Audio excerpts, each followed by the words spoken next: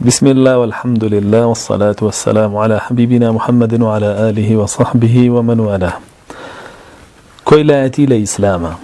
يان أويك ملحدة كان كردوانا ببنيشت خوشي سر زبانيان بردوام أيلينوا ملكت أيمانكم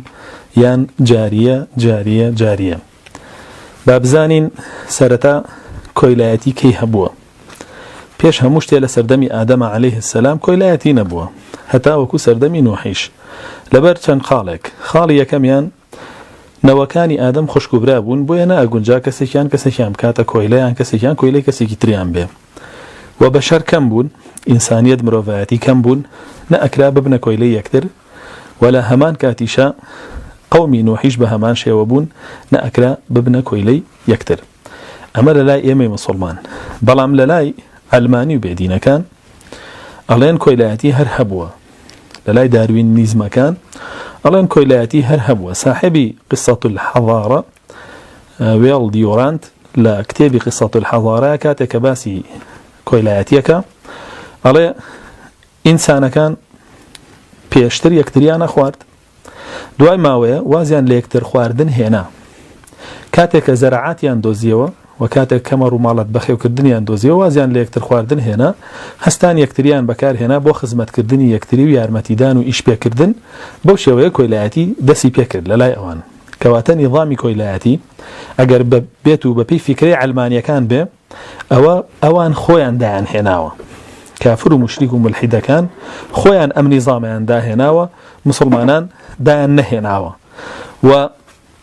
ام نظام بردوام به تاواي ليده ابن بقبيلة وكومل وجروب أما هم لا صاحبي قصة الحضارة مشاهدي خويانا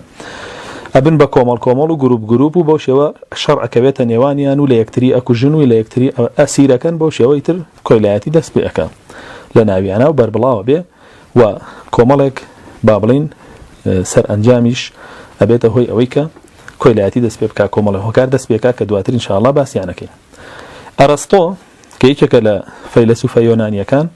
وزورق لملحد بيدينا كان بشتي بيه بس انه زور بلان وكسيكي قورة عظيمة باسي كويلاتي كالت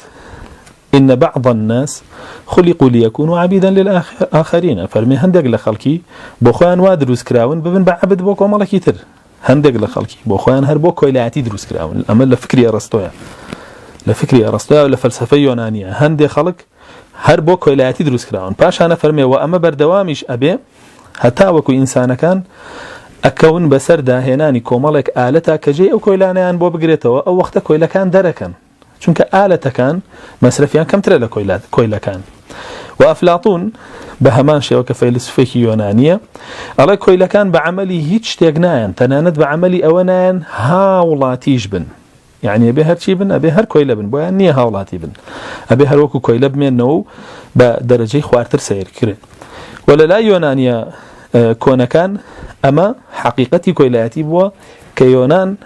بابلين هم حضارة أوروبا لسر يوناني كون دعم زراوة أو واضح وهم ما نزالين كأما بابلين نظامك بوا لا أكي عالمي حكم كردوا نظامي دوا أو هندوسيا كان بوا كهندوسيا كان يشبه همان شيء باوريان بنظرية دون هي يعني كسك أمري الروحكية بوجياني كتر لنا وكسك كتر أجي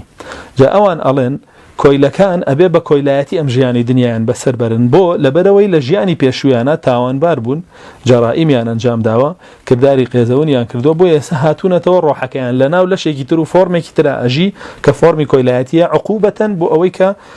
لبيشوا تاوان يعني كردوا كاما أصل أساسي نيام بنشين يعني روحك بقرته بشيوي كتلا فورمي كترا بجي أما بس لا هندوسا كان بني هي وأوان الله كويلا كان لقاتشي خواي پروردگار دروس كراون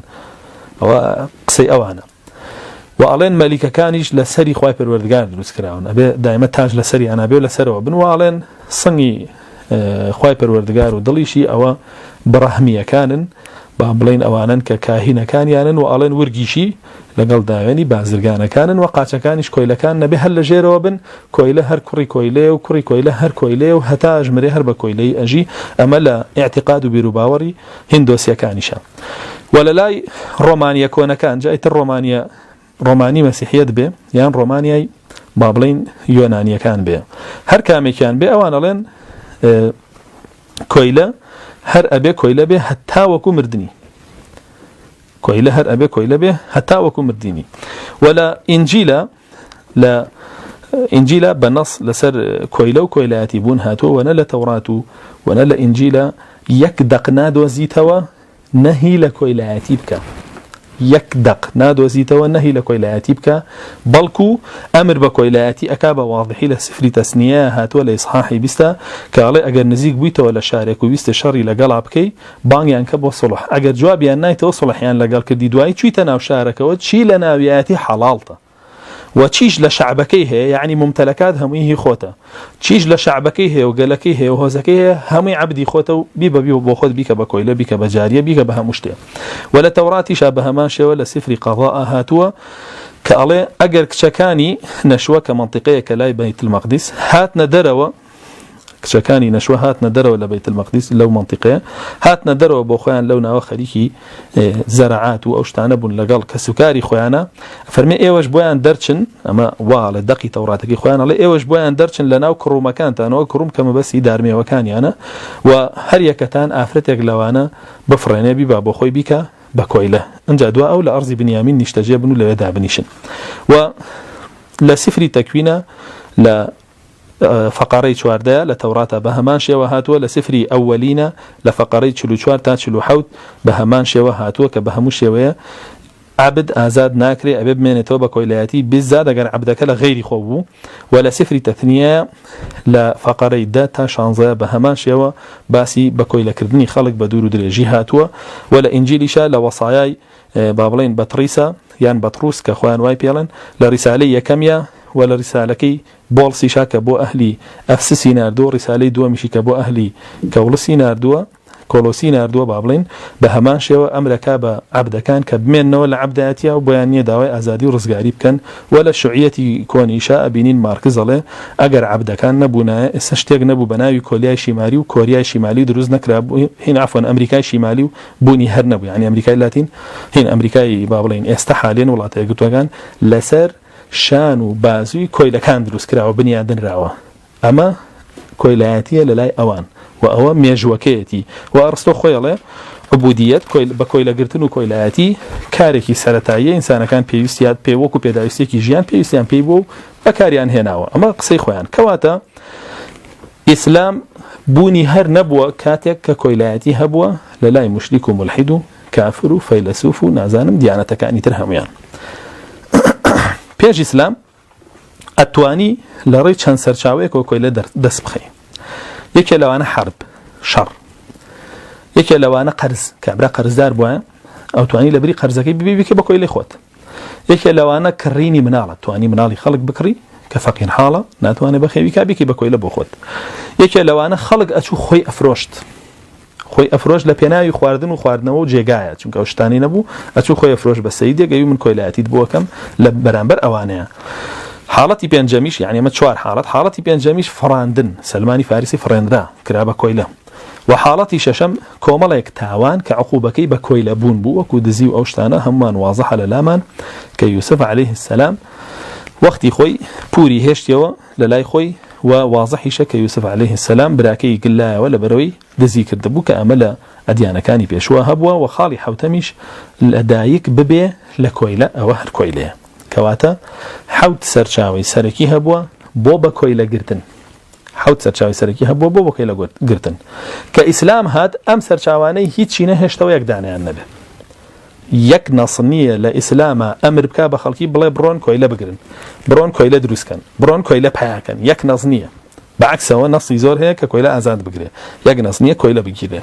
ئیسلام هات ئەم سەرچاوانە کە حەودانە بوون کردیەوە بە یەکدانە بەس حربەکەی هێشتەوە لە ئیسلامە من ئێستا بڕۆم بە داخوازی خۆشم بە مسلمانێک تر بڵێم بمکە بە کۆیلەی خۆت بۆی نییە بمکە بە کۆیلەی خۆت حرامە لەسەری بمکە بە کۆیلەی خۆی بە داخوازی خۆشم بڕۆم بڵێم بمکە بە کۆیلەی خۆت بۆی نییە بمکە بە کۆیلەی خۆی حرامە لەسرم یەک حاڵەت هەیە کۆیلە گرتن تایە مباح ڕێ پێدراوە نە سونەتە نە فەرضە نە هیچ ئەمری پێ نەکراوە مباحە یەک حاڵەت هەیە کەواتە سەرچاوەکانی هەمووی وشک کرد یەک سەرچاوی هێشتەوە هەش سەرچاوی حربە سەرچاوی شەڕە جا بۆیە ئیسلام کۆیلایەتی دانەهێنا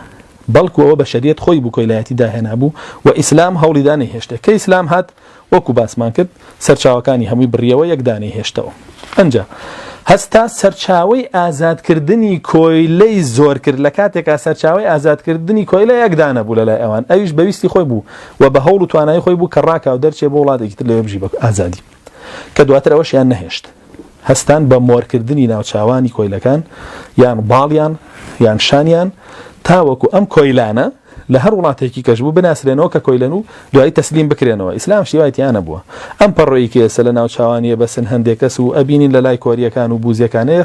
خاص بوو بەوانەوە کۆیلەکانیان لە ناوچاوانیانە با بڵین نیشانە ئەکرد کە چوونە وڵاتێکی تر بۆی نەناسرێنەوە پەڕۆیەکیان بە ناوچاوانیانەوە بەس وەکو مۆدێلێک بۆی ئەو نیشانەیە دەرنەکەوێ و ئەم پەڕۆیی کێسە خەڵکی کاتە باڵی وی کاتە ئەمە چەکەی ئەمەش هەر بە هەمان شێوە بوو ئەوسا کۆیلەکان یا لێرەیانە نیشانەکران یا لێرەیانە هەڵسان لە باڵیان و لە قۆڵیانە ئەو پەڕۆیان دانا بۆی دای بپۆشن نەناسرێنەوە کە کۆیلەن کاتێکە سەفەریانە کرد و ڕایانە کرد دەرەچوون بە وڵاتێکی تر بەڵام دواتر هەر لە ناسرانەوە زۆر جار ڕێکەوتنیش هەبوو لەگەڵیانە یان بازرگانانێک هەبوو لەوێ ئەیان گرتنەوە یان هێنانەوە جارێکی تر ئەیان فرۆشتنەوە بەس ئەم حاڵەتی ڕزگاربوونە هەبوو لە کۆیلایەتی ئەویش بەو شێوە لە ئاخیرەوە بەسرایەوە بەڵام کە ئیسلام هات کۆمەڵێک سەبەبی زۆری هێنا بۆ ئازادکردنی کۆیلە یەکێ لەوانە بۆ هەموو تاوانێک کەفارەتی ئازادکردنی کۆیلەی دانا وازحەکە فەرمێ ئەگەر یەکێ نەیتوانی 60 کۆیلە ئازاد بکە با چی بکە بە خواردنی 60 فەقیر بە یان 2 مانگ بە ڕۆژوو بێ لە حاڵەتی ترا فەرمێ ئەگەر نەیتوانی 10 کۆیلە ئازاد بکە با جل بۆ 10 فەقیر بکڕێ یاخود 3 ڕۆژ بە ڕۆژوو بێ یاخود خواردنی 10 فەقیر بە ئەمەش بۆچی يعني دقتي آياتك بن بخوي تجورة إعجازك تيا تجورة تحديك تيا كهاتوا آياتك الله أجر كويلة آزاد نكرات جاء أمانة بكن أما بخوي أماجة بوشي روجي كويلة نامنة ككويلة ما يوا بتشي بكن أبي أمانيك هبكن يعني كفارتي جناح كهل لقد نتانا بكويلة آزاد كردن لا شيء بلام روجك ده كويلة نامنة ككويلة ما يوا أماني تربكن أماجة بو أوي كإسلام نظامك منعي كويلاك وروجك يا ناي هيله كنشي هشت او وقتا تو انتقالك بو كفارتكاني تر اما حاليك خاليك كمان خالي دوميان هركاتك كويليك افرد به لاي بياوك به بياوك بيتو ام افرته حلال بك بو خوي نكاحك وبچيت لاي او هوكاره بو ازاد بوني او كويله او دوم هوكار هوكاري سيميان مكاتبة حرام بابلين مكاتبة منعكي لكويلة واجبة هر كويلة داواي او يكرك مكاتبة كي بوي بكي بون من كويلة يكمي كويلة كديالة خوما كرموالد أبي رازي بم سعري كيشي بو دانم قنجاو بيك حاكمي مسلمانان لو كاتي عديناو أبي رازي بم خوي لي بكرمو بوي أزاد به أما خالي سيم خالي شوارم فضل كابرا بو خوي أتواني أزاديك دواء وجتر كويلي كزنية خالي بينجم تولي أي كرمو أزادي كمو من بنب مولاي كويلاتي الإسلام يعني ملكت أيمانكم كزور لسري أرون ترمو الحيدة كان أمنان وتوتو وإليها تو زبانيان قرميج مو بي هر باس اسلامك يلا ملكت ايمانكم بعد زي ملكت ايمانكم شيء ملكت ايمانكم الاسلام رحمه بجن رحمه بافرت چونك افرتك كدي شرد لقلبك لدجمنكتا لجيشي دجمنكتا يعني افرتك كتو اشي شر لقلب دجمنك اكي لجيشي او دفاعك اميا اكبت دسته ملكت ايمانكم اميا ولا مزياترنيه أما ولا مزياترنية إسلام نيوتوا أفرتك الديلة يا مسيحي بو خوي روي برو بلاماري ببلا وملك ديمانكما بهمان شو يهودية كدي بوزية كدي هرديني كي كدي برو بلاماري ببلا وملك ديمانكما اشتوا الإسلام النية بهيت شيء نية اشتوا هر تنها لو حالتها كأجر بيتو أولى لشكري دجمنك شربك يجناك شرنك بود نية بكي بكويلة شرنكا بويني ببسريا بكي بكويلة بهيت شيء ويبودني بون منش مشارك شارك همي شرم لقلك افرت كان من على كان لما على كان عنده اي بوم يبرم هم يان بقرم بيان كان بكويلة يخوم بهيت شيء ما قر شرب كان او ساكات وان بيان كان بكويلة يخوم بشك بن لغنيمه بجنوب يعني وكاته جابويا ملكت ايمانكم ليك حالتها ك آفرتێکی کافر لە لەشکرێکی کافرە شەڕ بکات دژی مسلمانان لەم حاڵەتە وەکو ڕەحمێک بۆی بەو کە ئەکەوێتە دەست چی لێگەی سجنیەکەی نخير سجني ناكم يهنم وكو خزمتكار باكار بك وفرصتي شيخما بردم وكو چون بينش خالي بيشو باس مان کرد كفرصتي آزاد بنيتي فرصتي آزاد بنيتي باشان اگر بيتو ئافرەت لە لەشکری کافرانە شەڕ بکە لەگەڵ مسلمانان ناکوژرێ بە هیچ شێوەیە بەڵکو وەکرێ بە مەلەکەت یەمین ناکوژرێ بە هیچ شێوە مەگەر لە حاڵەتێکە بەسەر کوشتنی پیاوێکەوە بێیان خەریکی کوشتنی پیاوێک بێ وەکو چۆن لە فەتحی مەکە جەنازەی ئافرەتێ هێنن بۆ لای پێغەمبەر صلی الله عليه وسلم پێغەمبەری خوا صلی الله عليه وسلم فەرمووی کێ کوشتیەتی کابرایە گەڵێ من فەرمووی بۆ کوشتت ما كانت هذه لتقاتل ئافرەت شەڕکەر نییە تۆ بۆ کوشتوتە وتی ئەی پێغەمبەری خوا صلی الله عليه وسلم ویستی بمکوژێ ئەنجا کوشتم ئەنجا پێغەمبەر صلی الله عليه وسلم قەناعەتی کرد بۆیە ئافرەت لە شەڕا ناکوژرێ مەگەر بێ بتکوژێ ئیگنا ناکوژرێ وهو واضح كا بيغمبر صلى الله عليه وسلم لا تقتل امرأة ولا صبي حتى فرمي دار نشكين حتى فرمي شين برو خيان واضح لديني إما وبابتاني ترهمين نسخ بو توجن كلا غزوين حنين بيغمبر صلى الله عليه وسلم فرمي قرداتان بس شينك مجن نكوجن منال نكوجن بير نكوجن او كساني كنات وان تشغل كر نان كوجن تنها وانا بكوجن كشرطان لقالك واقر بيت وم افرته باسيدي بجيره آية راس خو كريبا كويله نخير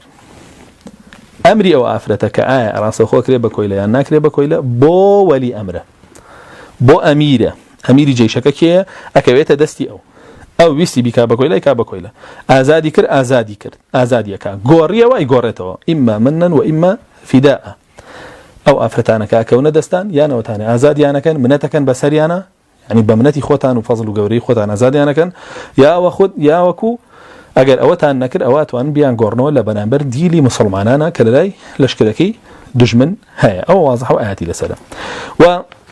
ورقيقات كان بابلين ملكة ايمانكم عادة بن بدو بشوا يان وثنين يان اهل كتاب يان وثنين يا اهل كتاب افرتي وثني مشركة كافرة وكو بوزي وكو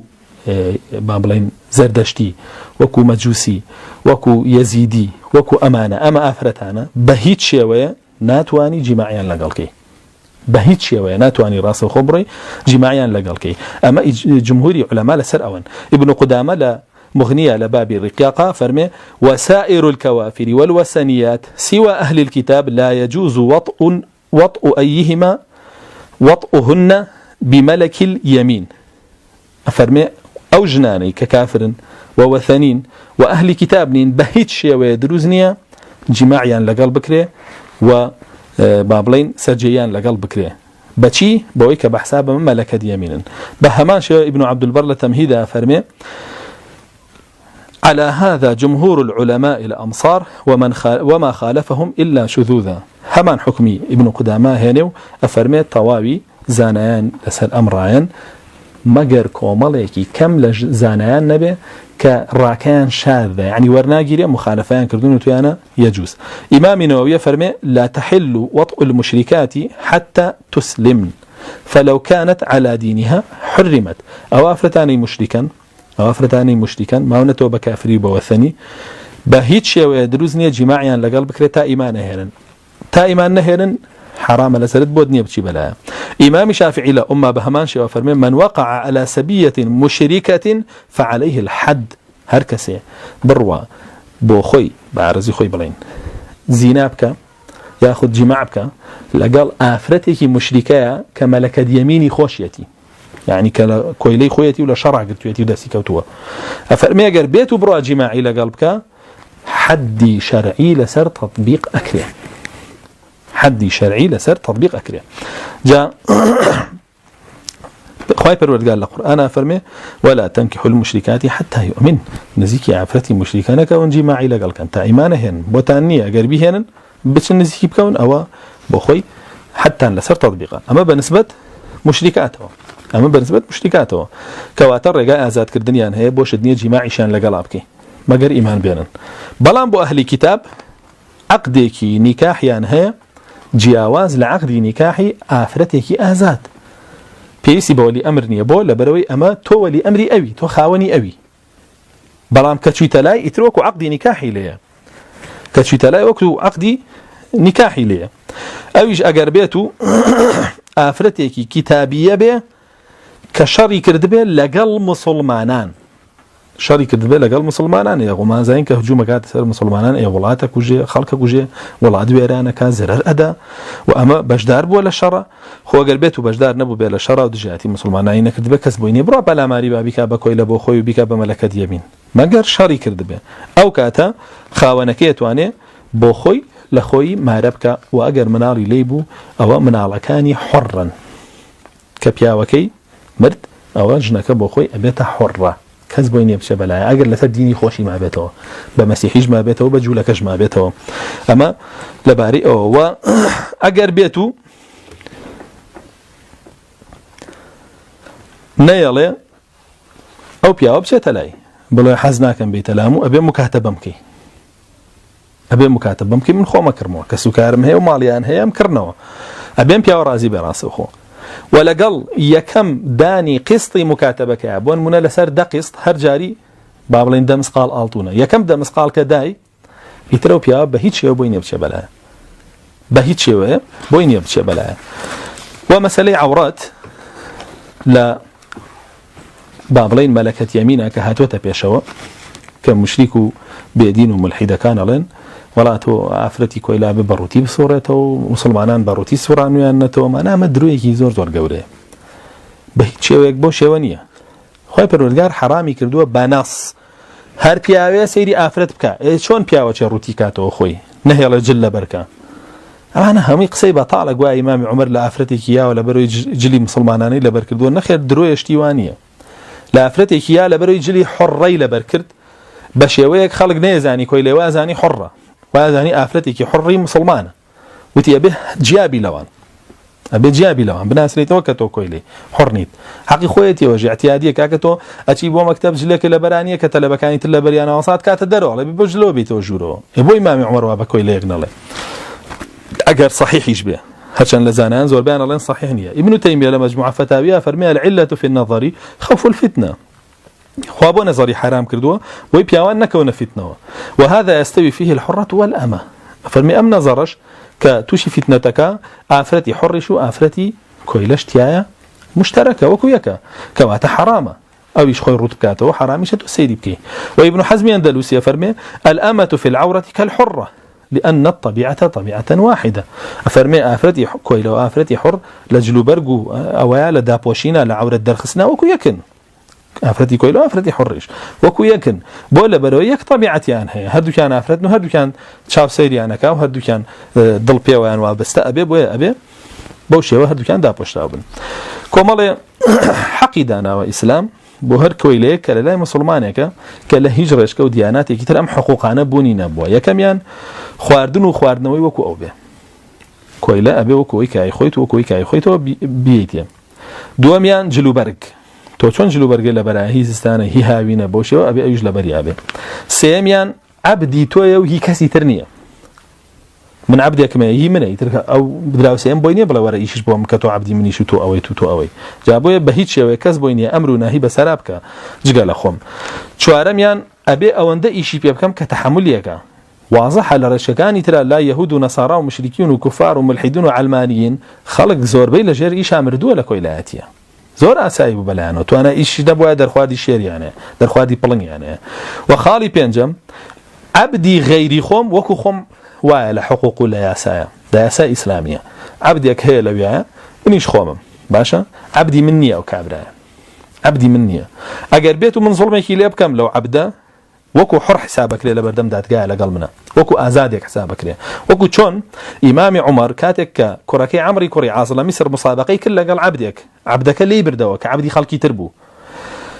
کوڕەکەی عەمری کوڕی عاصیش یەک قامچیدا لە پشتی ئازاریدا و هات لە میسر شکاتی هات لە میسرەوە بەرەوە مەدینە شکاتی کرد لەلای ئیمامی عومەر لە کوڕەکەی عەمری کوڕی عاص ئیمامی عومەر ئەمری کرد هەردووکیانیان هێنایە بەردەم دادگا و بە عەبدە ڕەشەکەی وت قامچێکی لێ بدەرەوە وتی لە باوکیشی بە چونکە بە پشتیوانی باوکی لێی داوی اینجا وتیشی تا هیلاکەبی لە کوڕەکەی بە وتی چونکە ئەو هەموو ڕێگە دوور و درێژەت بڕیوە تا گەشتیتە ئێرە وەیە لە بەردەم دادگایە لەگەڵ ئەمیرێکا وەکو یەکن یەک حسابیان بۆ کرێمە واضحە لە لای مسلمانان و پێغەمبەری خوا صلی الله عليه وسلم فرمودەی زۆری هەیە لەبارەی ڕێزگرتن لە عەبدە و باشبوون لەگەڵیانە فەرمێ أيما رجل كانت عنده وليدة فأدبها فأحسن تأديبها وعلمها وأحسن تعليمها ثم اعتقها وتزوجها فله أجران أجر يكي كويلة يكي هبه كويليكي هبه أدبي جوان دابدا و فێر کاری فێری دینی بکا بە جوانی فێری ئەخلاقی بکا بە جوانی و دواتر بۆ خۆی بیکاتە هاوسەری خۆی دوو ئەجری هەیە ئەجرێکی هاوسەرگیریکردن ئەجرێکی ئازادکردنی کۆیلەیەکیش ئەجرێکی هاوسەرگیریکردن ئەجرێکی ئازادکردنی کۆیلەیەکیش دەوەرە بزانم چی یاسایەک لەم یاسایانی تروایان وتووە باشە تۆ سەیدی کۆیلەیەکی ئەگەر ئەم کۆیلەیە لە تۆ کەمتر بێ پێغەمبەر صلی الله علیه و سلم ئەفەرمێ ئەگەر بیکەی بە ژنی خۆت تۆ ئەجرە دەسەکەوێ یان ئیسلام ڕێئەدا بیکەی بە ژنی خۆت بۆیە لە تۆ بە کەمتری دانەناوە وبهمان شيء بيغمري خوا صلى الله عليه وسلم فرمي أيما امرأة ولدت من سيدها فهي حرة إن مات زوجها هرجنة لسيدك من ضالك بو كما سيدك وفاتك أو آفرة بوخي آزادا وبيغمري خوا صلى الله عليه وسلم نهي كردولا مسلمانان كبا عبدكان يملن عبدي وعبدتي أما عبدي منه أو عبدا مينكم وعبدا نينكم فرمودي بل قل فتايا وفتاتي مالكو بريك ركم وكشكم ودنيا بوشي وبعينكي بويا أوش رزيكي قوليكا بوشي وليان راو مستشرقي إنجليزي كناوي يدوين رويتر وخلقي أمريكا ولا جزيرة عربية لنا مسلمانانا جيا ولا صالي 1930 وطواوي بازاركاني كويلة فروشتن قراوة أفرمي أقل بيت قرآن تطبيق بكري وكو خوي أو بهيت شيوية تاو كاتش آخر كويلاتي مابو كويلاتينا من الدولة الإسلامية كان ومستشرقي كتري هولندي كناوي سنويك هيروكوينا كبروفيسور للجامعة ليدن لصالي 1916 لكتابكي خويا كناوي المحمديون على ببي مبادئ إسلامية كان به مؤسسي كويلاتي طواو أبيو نامنة لجهانا و هيك لە مؤسسة دولية كان أمرك استحاليا أمره هي وبوني هي أم صالي 2008 كان فري وول كمؤسسة بيانك بلاو كردوا لسر كويلاتي تعظى لها مجهانا وتي 40 مليون كس لها مجهانا كويلا يعني طواوي يا ساكاني كويلاتيان بسرعة تطبيق أبي 40 مليون كس انجا لو رابورتاك هنا وتي ولايات متحدة أمريكا وتيك لو دولتاني كنزيكي 400,000 لو كويلانيتيا باشا أمريكا 400,000 لو كويلانيتيا كبيوتري كويلي تازة وهي زمني تازة ولا بي 167 دولتي هنا وككويلاتي أنتيا طواوي دولة أوروبيا كانتيا بفرنسا وبألمانيا وبهولندا وببلجيكا وبدنمارك وبنرويج وبسويد وبكيوبا طواوي يعني تيا كنظام كويلاتي تيا أنا إيشكا و كوريا الجنوبي عفوا كوريا الشمالي هي كم دولة العالم ك2 مليون و200 هزار كويليتيها وهاتوا مغربي عربيشي لا صوب بستويكا هناوا كوتيتي ايش كويليكي زوديتيها اما بابلين مسألة كويلاتيا لا امروي جهانا كايتر كذا تواني انكاري لبكا ومنظمه كهي فري وولك اتواني تماشا اماري 2008 بكي بجواني باشان بابزاين پیغمبری خوا صلی الله علیه و سلم کاتک لشکری کنات بو سر ولاتک جنگیان لگالکا چون اینال آیا حرمکی برانتیان بربن كي هاو باشا كينا هاو بيكن بكوي لنا خير شتيوانا بولا إسلاما حديثك معناه لصحيح مسلمة كبواضحية فرمي كان رسول الله صلى الله عليه وسلم إذا بعث أميرا على سرية أو جيش أوصاه بتقوى الله في خاصته نفسه فرمي بغمري خواه صلى الله عليه وسلم أقر جيشك بنار دا تسر لاك يعني أميرك بكر دا بأميري جيشك يعني سريك بنار دا بوسر لعينك كافر ومحارب وسيتي أكر بلخواترسان لخويا ودواتريج لجيشك يا باشان بيود إذا لقيت عدوك من المشركين فادعهم إلى إحدى 3 خصال أجر دجمنك كشتي بيان يتر مشركة كافرة هالشيء هي بان يعني كبويك لو سيخالة أبي جواب بنو عليك كان إلا فأيهما أجابك إليها فأقبل منهم وكف عنهم أجر والله ميان نايتو بوهريك لو سيخالة تو والله ميان برو ويتدز درجيان نكي تسر يا كم يعني شيء أدعوهم إلى الإسلام فإن أجابك فأقبل منهم وكف عنهم بان يعني كبولا إسلام أجر والله ميان نايتو مسلمان بون يتروازيان لبينه وحقنا ببسريانه باشان ثم ادعوهم إلى التحول من ديارهم إلى ديار المهاجرين وعلمه أنهم إن فعلوا ذلك أن لهم ما للمهاجرين وأن عليهم ما على المهاجرين دعاء كمسلمان بون بيان بلا ورنا ولاتي مسلمانان وهي مهاجرين كان لنا كافرانا ما منه ورا ناويان اگر هاتنا ناويان بيان بڵێ چی بۆ مهاجرەکان هەیە ئەوەش بۆ ئێوە هەیە و چی لەسەر مهاجرەکانە ئەوەش لەسەر ئێوە هەیە باشان فەرمووی ئەگەر هاتو وتیان ئەمێنینەوە لە وڵاتی خۆمان و هیجرەت ناکەین بۆ وڵاتی مسلمانان پێیان بڵێ ئەوە حکمی ئێوە وەکو حکمی عرابەکانە دەشتەکیەکانە کە ماونەتەوە لە ناو خێڵەکانی خۆیانیانە و ئەوانیان کە بەشداری جەنگیان نەکردووە و ماونەتەوە لە ژێی خۆیانە ئەوە لە دەستکەوتی جەنگا بەشدار نابن و ئەوان بەشداری جەنگیان کردووە ئەوە لە دەستکەوتی جەنگا بەرجارە بن پاشان فەرمووی فإن هم أبوا ئەگەر هاتو مسلمان نەبوون ئەمە خاڵ یەکەم خاڵی دووەم ئەگەر هاتو مسلمان نەبوون فادعوهم إلى إعطاء الجزية بانيان كا بولاي بيداني جزية فأقبل منهم وكف عنهم فإن أطاعوك فأقبل منهم وكف عنهم أجر جزيان ده جزية كان لي ورقره حق نبي بس يعني بودني بروي خلق هالبجري بلاي كم بكوي لبعد جزية جبان بارزي خود أو وازيان ليه هني فإن أبوا فاستعن بالله وقاتلهم خالص يا أجر هاتوا جزية شيان ندا مسلمان يجنبون أو وقت بش بخواي برودجار بس بجنجل قال يعني باشان لا لفظكي باشان فرمي وإذا حاصرت أهل حصن فأرادوك أن تنزلهم على حكم الله فلا تنزلهم أجر هاتوا محاصري أهل حصن يككرت ويستيان دايان بزيني تسر حكمي خواي پروردگار دايان نظم بزيني تسر حكمي خواي پروردگار بو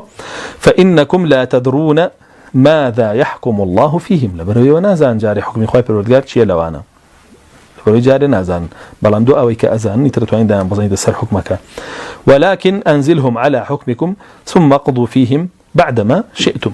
دو دائما بزين سر حكمي خوتان وبوشي وقضاوت كان لنيوانيان كخوتانه تانا يتر بوشي وقضاوتك لنيوانيان بوشي ويكلا فرمود كان باسكراو وواضحه لاسلام كزوربي امام كاني مسلمانان وقدوه كانيان وقائد كانيان لكويل كان بون كاك امام بخاري ازاد كراو كويل بو وزورك تل امام كاني تر وحتى إمامي عمر لباري أبو بكر الصديق وفرمي أبو بكر الصديق جورة معنا وجورة كمان كبلال أو أزادي كردوا بلال كويل أبو أزاد كراو بجورة دان راو وممالك كهميان كويل بون 600 صال حكم مصريان كرد لبروي مسلمان بونو توانيان بابلين عزت بوخان باب كان وواضح شك نظام عبودية لأوروبا لقرني هجدون وازدانبا ودواء ويك إلغاء كراية وعبودية سيكي كويل كان مردن لبر أوي بتدريجي حل نكرانو لناو نبران ولبر أوي كزنبو بيانجريت أخوانو بابلين مصرفي عم بكاتو خوراكو جيغوريان بودا بيمكا أما كويلاتي لإسلام ولا غير إسلام شاء والحمد لله رب العالمين صلى الله على حبيبنا محمد وعلى آله وصحبه أجمعين.